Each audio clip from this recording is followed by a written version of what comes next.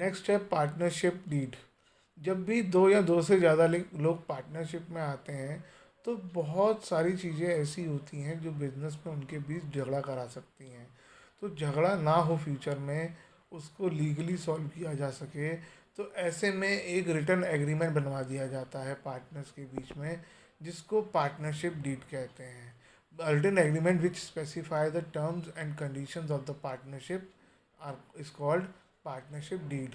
Partnership deed एक return agreement है जिसे पार्टनर्स के बीच में बनाया जाता है, जिसमें पार्टनरशिप में को कैसे गवर्न करना है, उसमें जैसे प्रॉफिट कैसे बटेगा, लॉस कैसे बटेगा, किस पार्टनर की लायबिलिटी अगर लिमिटेड है तो किसकी लिमिटेड है, किसकी अनलिमिटेड है, कौन सीक्रेट पार्टनर है, कौन एक्टिव पार्टनर है, कौन स्लीपिंग पार्टनर है।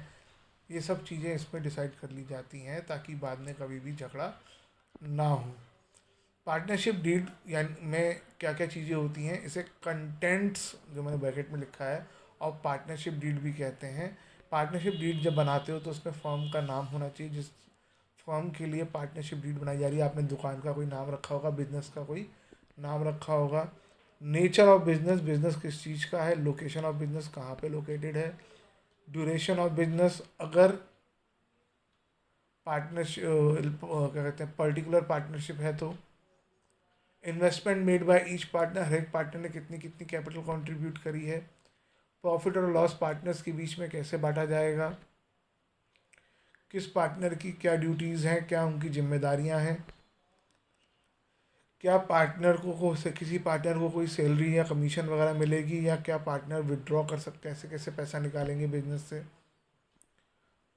और एडमिशन, अगर कोई नया पार्टनर आता है, रिटायरमेंट, कोई पार्टनर रिटायर होता है या एक्सपल्शन या किसी रीज़न से पार्टनर को निकाला जाता है तो उसका क्या रूल है, उसकी क्या शर्तें हैं, इंटरेस्ट ऑन कैपिटल कितना मिलेगा पार्टनर्स को, और इंटरेस्ट ऑन ड्राइंग कितना उनसे लिया जाएगा। ये जब फर्म हमेशा के लिए बंद होगी उसे बोलते हैं डिसोल्यूशन, तो उसका क्या मेथड होगा,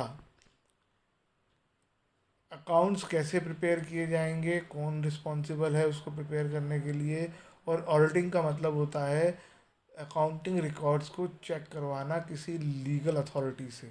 जनरली चार्टर्ड अकाउंटेंट ये काम करते हैं, तो वो कौन करेगा। और अगर पार्टनर्स के बीच में कोई डिस्प्यूट होती है तो वो कैसे सॉल्व की जाएगी, उसका सॉल्व करने का क्या मेथड रहेगा, वो भी पार्टनरशिप डीड में। और भी चीज़ें होती हैं लेकिन ये कुछ कंटेंट्स हैं जो आप याद कर लेंगे। Registration of partnership deed, partnership deed बनाने का तभी फ़ायदा, पार्टनरशिप डीड बनाने का तभी फ़ायदा है जब उसे रजिस्टर किया जाए। पार्टनरशिप को रजिस्ट्रेशन कराना ऑप्शनल है। रजिस्ट्रेशन करवाने का क्या मतलब है, registration of partnership firm means entering of the firms name along with the relevant particulars या कह सकते हो documents in the registrar of the firm kept with the registrar of the firm. एक रजिस्ट्रार ऑफ फर्म्स होता है हर state में, उसके पास अपने आप को रजिस्टर करवा देना नेसेसरी डॉक्यूमेंट्स के साथ रजिस्ट्रेशन कहलाता है।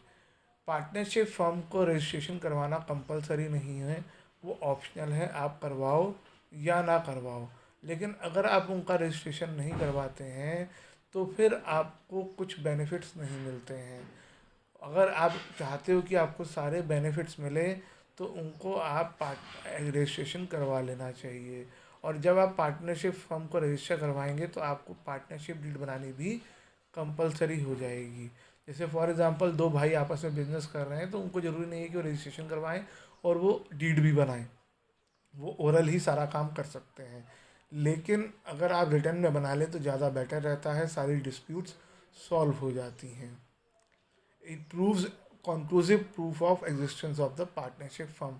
स्पेशली जब आप कोई बैंक से लोन वगैरह लेने जाओगे तो बैंक आपसे डीड्स मांगेगी, रजिस्ट्रेशन का प्रूफ मांगेगी, तो अगर आपने नहीं बनाया होगा तो आपको इजीली लोन वगैरह नहीं मिलेगा।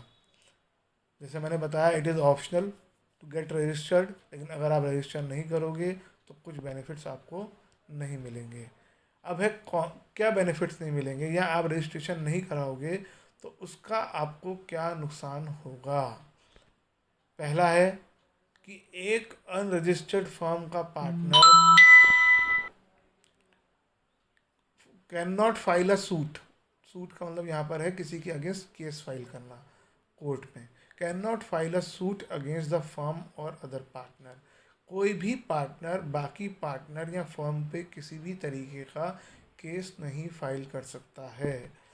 उसी तरीके से फर्म किसी थर्ड पार्टी पर केस फाइल नहीं कर पाएगी। और तीसरा है कि फर्म जो है वो पार्टनर्स पर भी केस फाइल नहीं कर पाएगी। तो ये इस पहले वाले पॉइंट को आप दो पॉइंट में डिवाइड कर सकते हो कि एक पार्टनर फर्म पर केस फाइल नहीं कर सकता, एक पार्टनर अदर पार्टनर्स पर केस फाइल नहीं कर सकता, एक फर्म पार्टनर्स पर केस फाइल नहीं कर सकती, और एक फर्म किसी आउटसाइड पार्टी पे थर्ड पार्टी पर भी केस फाइल नहीं कर सकती है। इन दैट केस अगर आपके अगेंस्ट कुछ कॉन्स्पिरेसी होती है, कुछ गलत होता है आपके साथ, तो आप हमेशा नुकसान में रहेंगे। तो इस कॉन्सिक्वेंसेस को देखते हुए हमेशा ये एडवाइस दी जाती है कि आप फर्म को रजिस्टर कर लें।